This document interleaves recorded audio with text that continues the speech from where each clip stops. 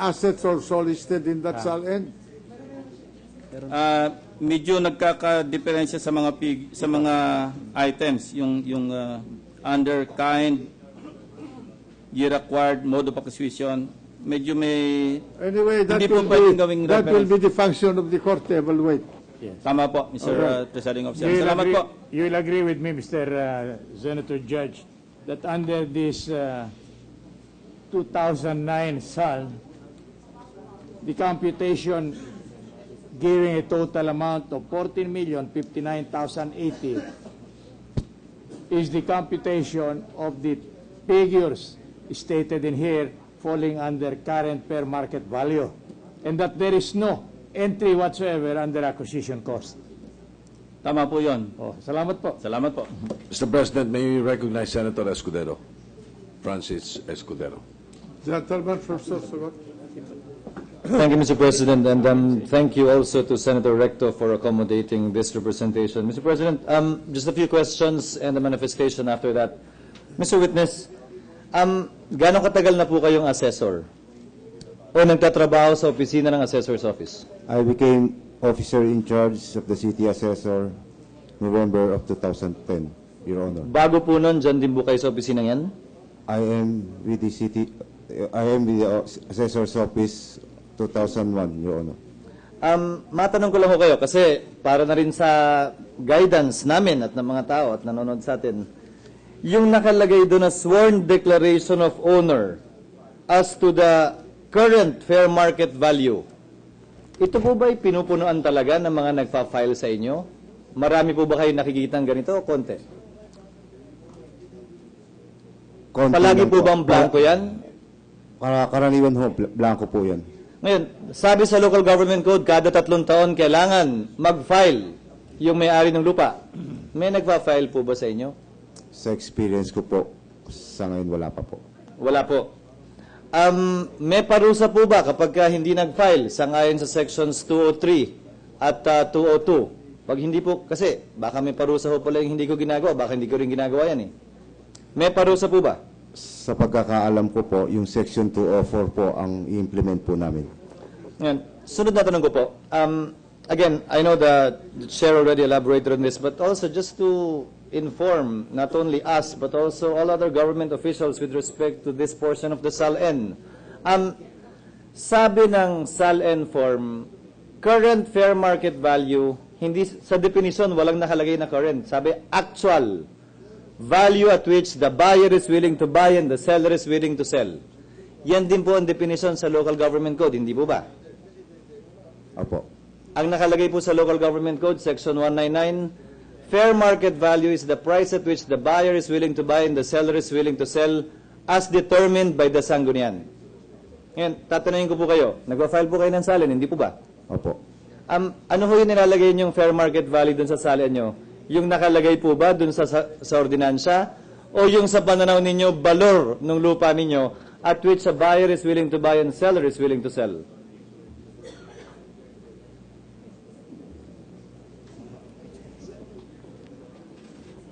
May manifest. Nagpa-file po kayo ng SALN, hindi po ba?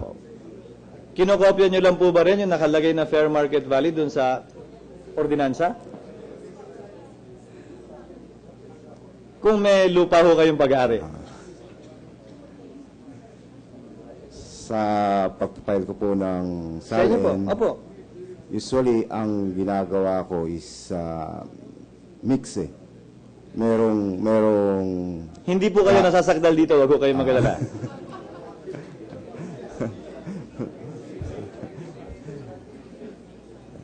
Witness answer.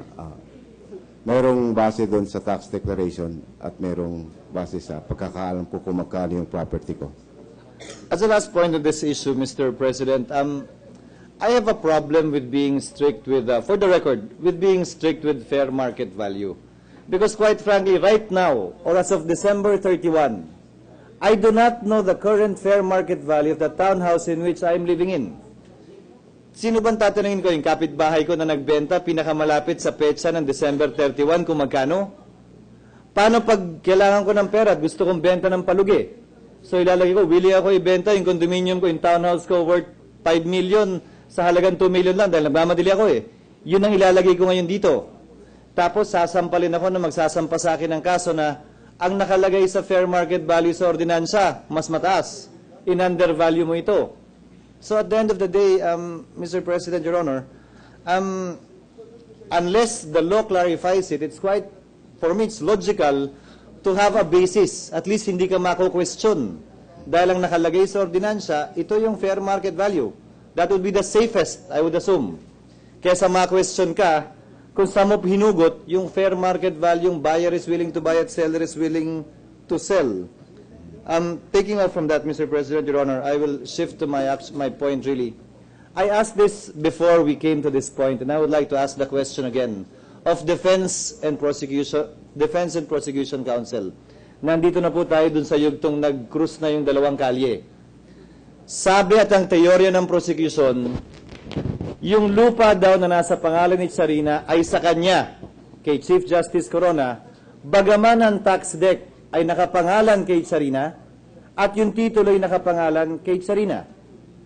Sabi naman ng prosecution din, yung lupa, siyempre consistent sa posisyon nilang yon, inconsistent sa posisyon nilang yon, yung lupa na nasa pangalan ni Chief Justice Corona pa rin, ay hindi na kanya, ayon sa depensa, dahil may deed of sale na. And yet, ang claim ng depensa po ngayon, dahil wala sa pangalan ni Chief Justice Corona, hindi kanya yon.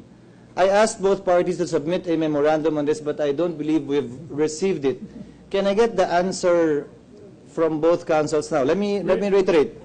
Ang teorya po ninyo, Justice Cuevas, ay bagaman nakapangalan pa yung titulo at tax deck kay Cristina Corona, hindi na kay Chief Justice Corona yan dahil may deed of sale na. Hindi po ba? Hindi na po. Hindi kanya. Hindi na nga po kanya at hindi niya na kailangan ideklara. Right. Yung sa Marikina po, yung kay Ginoong Vicente. Opo. Kay Vicente. Yung kay Vicente po. Yeah. We had been discussing about the validity of the alleged transaction dahil po doon sa Torrent Certificate of Title. Malaki po ang, ako po wala ko akong rason sa totoo lang na pagdudahan si Ginoong Vicente matapos siyang tumestigo rito. Ang sinasabi ko alam po ay, sa teorya ninyo, hindi po ba? Opo. Bagaman nakapangalan ng titulo at tax deck kay Cristina Corona, hindi na yan kanya. Tama po. Dahil nga po may deed of Dahil sa sale. deed of sale na pinirmahan niya. At ang titulo po, kabaliktaran naman tila ang posisyon ng prosecution na kay Tsarina naman. Sabi nyo, kanya yan, nakapangalan sa kanya kay Tsarina, nakapangalan sa kanya, pero ang sinasabi ninyo, hindi kanya yan. Wala ho kasi siyang kakayahang mamili ng property na yon sa McKinley Hill. I-demanda nyo po ng tax evasion si Tsarina, pero ano po yung nawala po siyang kakayanan dahil hindi siya nagbabayad ng buwis, hindi po ba? Opo, at Ang pinresenta lang po kasi ninyong ebidensya na kay Chief Justice Corona yan ay hindi nagbabayad ng buwis si Tsarina, therefore walang kakayanan. Ganun po ba yan? meron po kaming ebidensya na ang nagbabayad, it is a simulated sale, Your Honor, because it is a Chief Justice who paid. Bilang for the- attorney in fact, sangayon sa exhibit na pinresenta ninyo. Hindi po ba? He signed as attorney in fact. Well, that came in later, Your Honor, but the receipts are in the name, I understand, of the Chief Justice. So ang teorya nyo doon, sa kanya pa rin yun, bagaman yung tax deck at yung titulo ay wala sa pangalan niya. Opo, siya po ang totoong may-ari ng lupa sa McKinley Hill. At ang ebidensya nga pong tinatayo ninyo ay siya nagbayad, tama ba? At walang kakayanan. Opo. Justice Cuevas?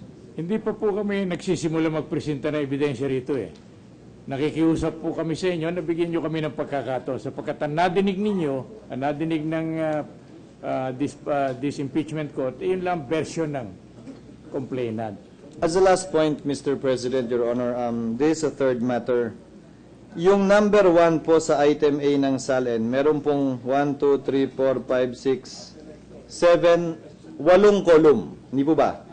Kind, location, year acquired, mode of acquisition, assessed value, current fair market value, under acquisition cost, land building, etc., at improvements. Pakigiyaan ho kami pag nag-summation na ho kayo.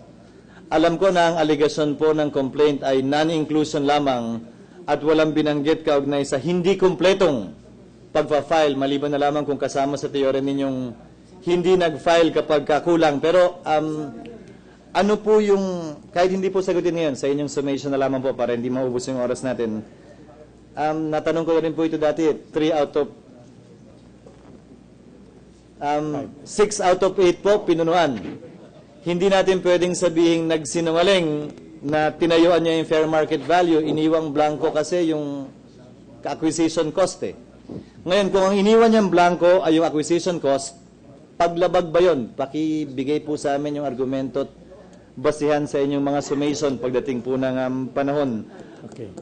Hindi na po ngayon. Ayoko pong pasukan yan ngayon para makapagpatuloy ng presentasyon ng We'll ebidensya. be dealing with it when we Ang file our depensa. memorandum. At paki-address na rin po, ano po ang definition at pagtingin ninyo sa konsepto ng substantial compliance at good faith compliance kaugnay po ng issue at bagay na ito para magiyahan po kami. We will file our memorandum as They required. shall be done. At the proper time.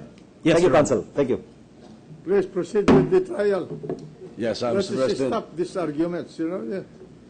We are in the period of presentation of evidence. Yes. Come on. Yes, Mr. President. And hopefully, what is transpiring is being monitored by the Civil Service Commission.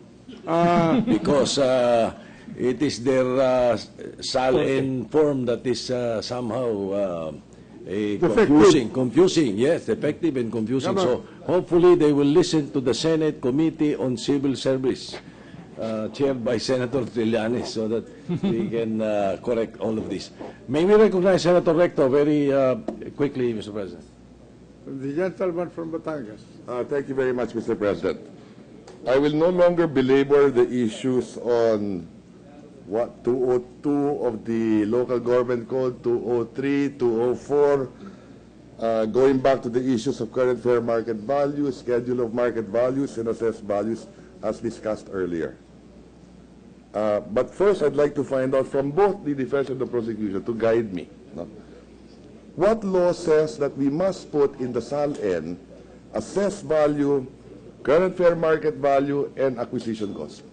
Ang tingin ko po, walang definite provision sa any law. If I recall correctly, hindi ko po. So wala kayong alam na batas na nagsasabi na kailangan i-fill up natin lahat ito mga Completely and correctly. completely and correctly, ito tatlong values na hinihingi sa SALN. Kasi po, ang pagkaunawa ko, sa panig po ng depensa, ang pagkaunawa ko po, itong form neto, binalangkas nila na hindi ugmang-ugma sa pangangailangan o sa mandato ng any specific law. Whatever it is. Yes, Your Honor. The duty is imposed by the Constitution. And all of us, whether lawyer or accountant, know what is the meaning of asset, know what is the meaning of liabilities, and know what is the meaning of net worth. That is correct, Mr. President. Ignorancia lehis, neminem excusa. That is correct, Mr. President. So, let's not belabor this. Let's go back Yes. to the Precisely. trial Yes. and present the evidence so that we can finish this case. Yes, precisely, Mr. President, and I will get to that very briefly. Thank you, Mr. President. Second point na gusto kong tanungin, hindi naman dinidispute ng prosecution.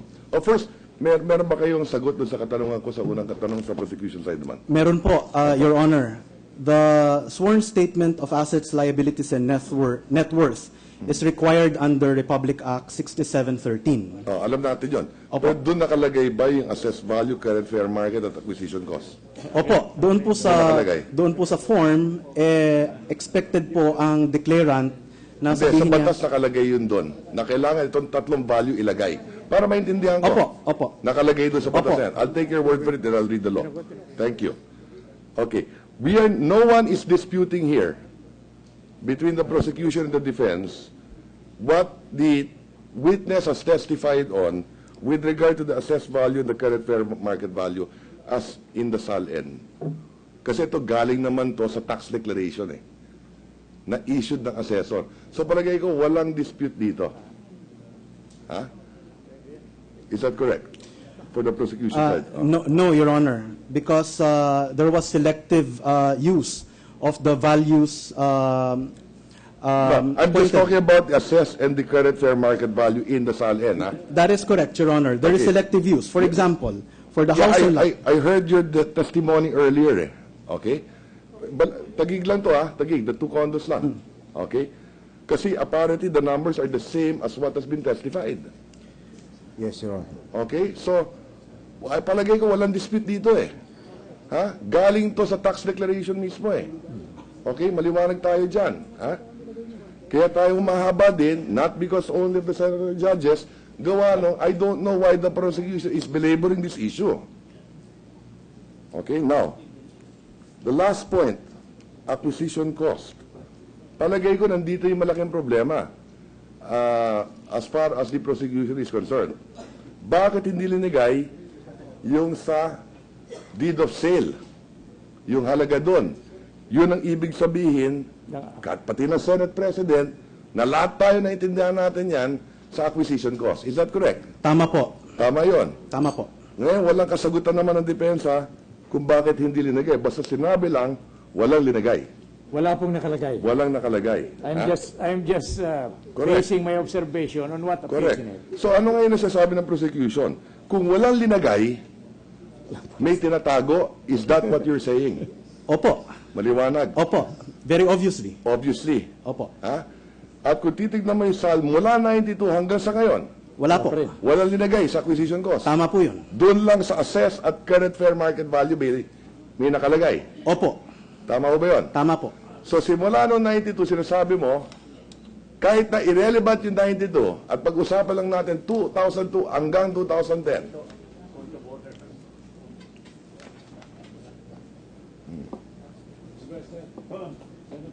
The gentleman from Makati and Bicol.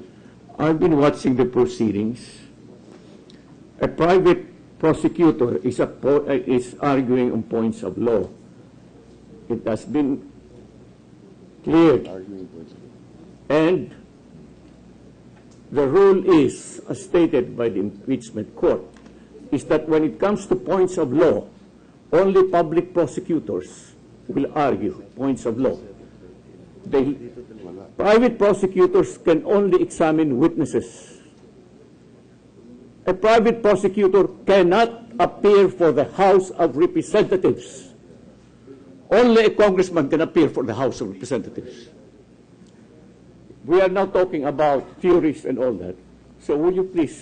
I will yield, Your Honor. At para matapos ka, 1 minuto na lang. Okay. So, okay. So, ang contention ngayon dito, as far as assets, real properties are concerned, wala pa tayo sa bangko eh. Ha? Yung problema ng hindi paglagay ng what is declared in the deed of absolute sale sa acquisition cost. And your contention is that meron tinatago. That's Di true, ba? Your Honor.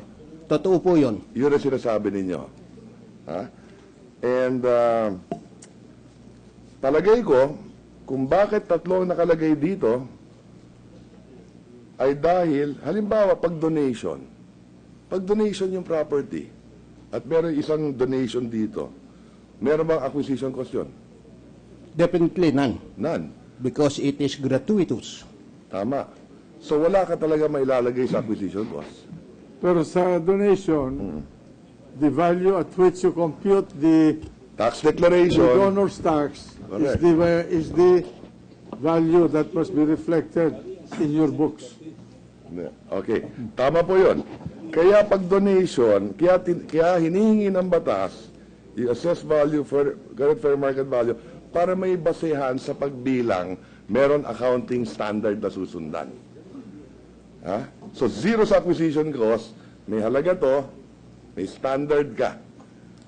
Ha? Ngayon, I don't think we can fault the Chief Justice naman on one point. Simula nung nag-umpisa, wala siya linagay sa acquisition cost. I don't think that is correct. But para maging pareho lang, yung accounting standard, ginamit niya yung real property tax declaration. Tignan mo yung data lahat-lahat. Kasi may nag-umpisa siya with a donation, a property. No? So, meron bang batas na nagsasabi sa atin din, just for my guidance, and I will sit down. No? And kung wala kayong sagot, you can just provide it to the impeachment court. Na nagsasabi na doon ba sa batas na binanggit kanina, sinabi ba na dapat ba i-total natin lahat ng acquisition cost, man-column, fair market value, at yung assessed value? How do you do the accounting standard properly? Maging sa business sector, I'll know how to do that. But dito sa SALN, dahil may donation, how do you buy? In the business, zero talaga yon. So acquisition cost pa rin ang gagabitin mo. But you have to bear in mind that the Article 11 deals with accountability. Correct. And the grounds for accountability are culpable violation of the Constitution, treason, which is not applicable in this case, bribery, when proper, graft and corruption, other high crimes, and betrayal of public trust. When you talk of graft and corruption, you're not talking of incremental values. You're not talking of assessed values. You're not talking of fair market values. You're going to talk about acquisition cost compared to your income tax payments. I Your agree, Mr. earned President. income, I agree, which was Mr. subject to tax. I agree. And other sources of income that are legal and justifiable to cover the cost of your acquisition. That is correct, Mr. President. And that is why I kept repeating that Section 17 of Article 11, which requires the submission of a declaration under oath of assets, liabilities, and net worth, assumes acquisition cost and not incremental values or assumed values. Thank you, So, Mr. President, for the proceed. guidance. Proceed on, And proceed on that basis. finally, and I will sit down, Mr. President. And kaya dito sa B naman, pero wala pa naman tayo doon, maliwanag, pag bangkong pinag-uusapan, acquisition cost lang. Dahil wala naman current fair market value yan at assessed value. So thank you, Mr. President. That is the standard. Yes. Just a very brief manifestation, Your Honor, please. Yes, please. Well, aside from the mandate of the Constitution that there must be a filing of the statement of assets, liabilities, and net worth, there are also special It laws. does not say filing. Submit Your a Honor. declaration under oath. Thank you, Your Honor. That's the wording of the Constitution. There are also special laws pertaining to the SALN. And insofar as these special laws are concerned, their violations are considered only mala prohibita, not mala in se. And therefore, it is not necessary that there must be intent. As long as there has been a violation, then there is an infraction of the law and good faith, insofar as mala prohibita is not a valid defense. Regardless of what the law is, the Constitution is superior than any other law. Yes, Your Honor. Okay? Thank you, Your Honor. Okay. Mr. President, we may discharge the witness. Are you through with the witness? Salamat po. Are you through with the witness? The prosecution is through with this witness, Your Honor. Huh?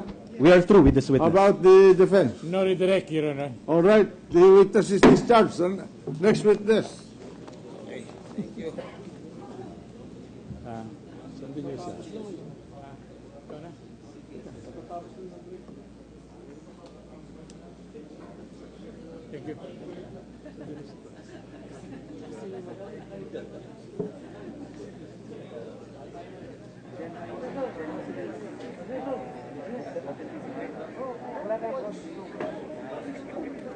Bring your next witness.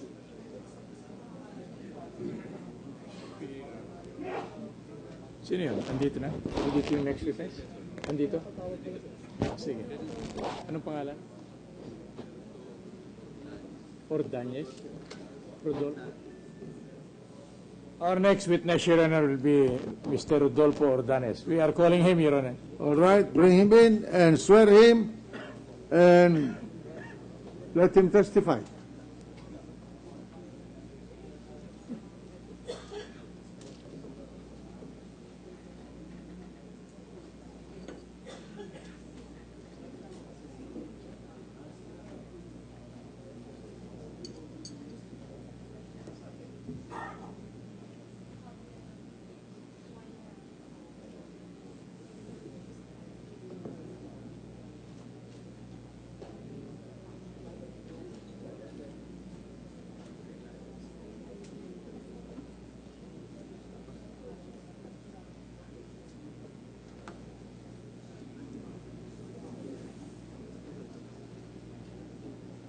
Tranquilino, ano siya?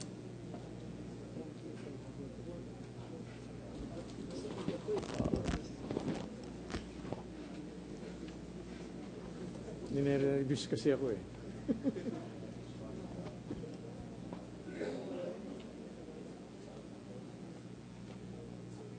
While waiting for this witness, if Your Honor, please, may we request that Attorney Tranquilino Salvador III, a member, Tranquil member of- Salvador will member- propound the questions. Yes, Your Honor. We conduct granted. Thank you, Your Honor. Let him take the podium Saan na? Wala pa rin? and show us his handsome face.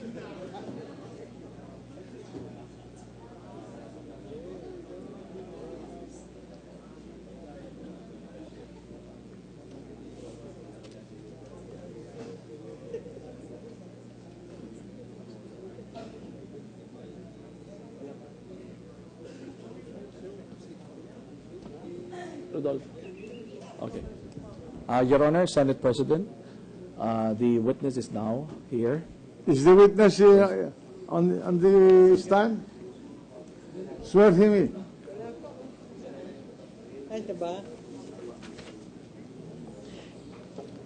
Please raise your right hand.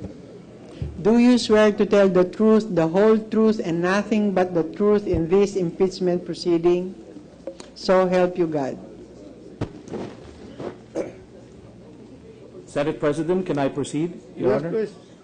Okay. Mr. Witness, can you give me your name, your status, your age, and your present position, if you may?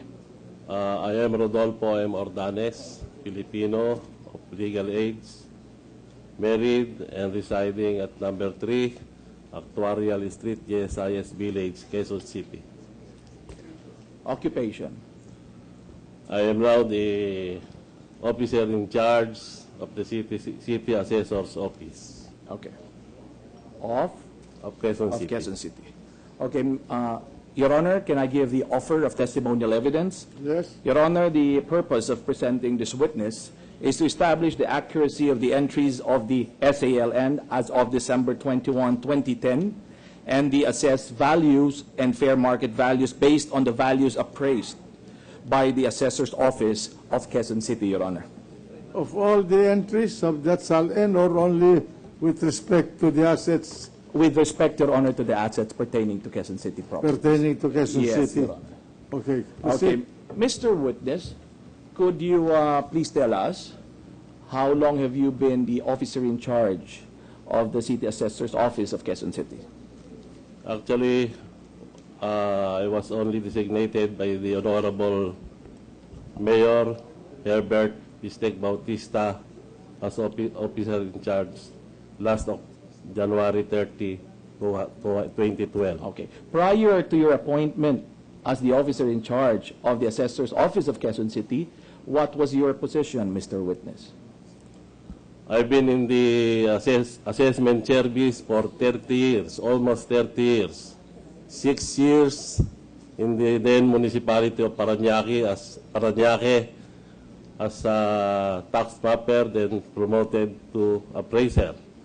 Then 16 years as appraiser in the Office of the City Assessor of Quezon City, and 8 years as Chief of the Property Appraisal Division, also in Quezon City. I'm sorry, Your Honor, may I interrupt for just 1 minute?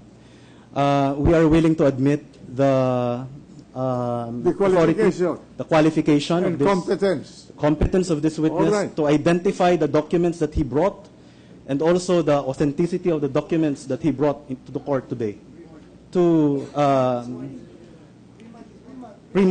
which were pre-marked already, to expedite the proceedings, Your Honor. If those are official records, so the authenticity is beyond dispute, unless you can show forgery. Now, Your Honor, if I what may. is the pleasure of the Okay. Although while it is defense? true, Your Honor, that it has been submarked, there are entries that we would want to be submarked, Your Honor. All right, go ahead. Okay, Your Honor. They can submark we have no objection to the submarkings, Okay. Your Honor. And I think there is no dispute as to the authenticity of the same, so can you kindly allow us to proceed for purposes of identifying the contents stated in the subpoena? Anyway, you have already stated that you accept the competence and authenticity of the documents, so let the defense do its ministerial work. Salamat po. Thank you, We Senate submit, President. Your Honor. Okay. Mr. Witness, can you kindly inform us of your duties and responsibilities as the assessor of Quezon City? My duties and responsibilities. Number 1 is to take charge of the City Assessor's Office. Number 2, ensure that all laws and policies governing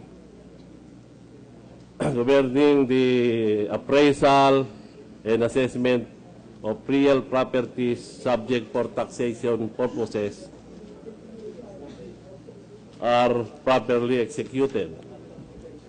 Establish a systematic method of property assessment. Prepare, install, and maintain system of tax mapping showing the graphical record of all properties subject for taxation. And keeping the records. Yes.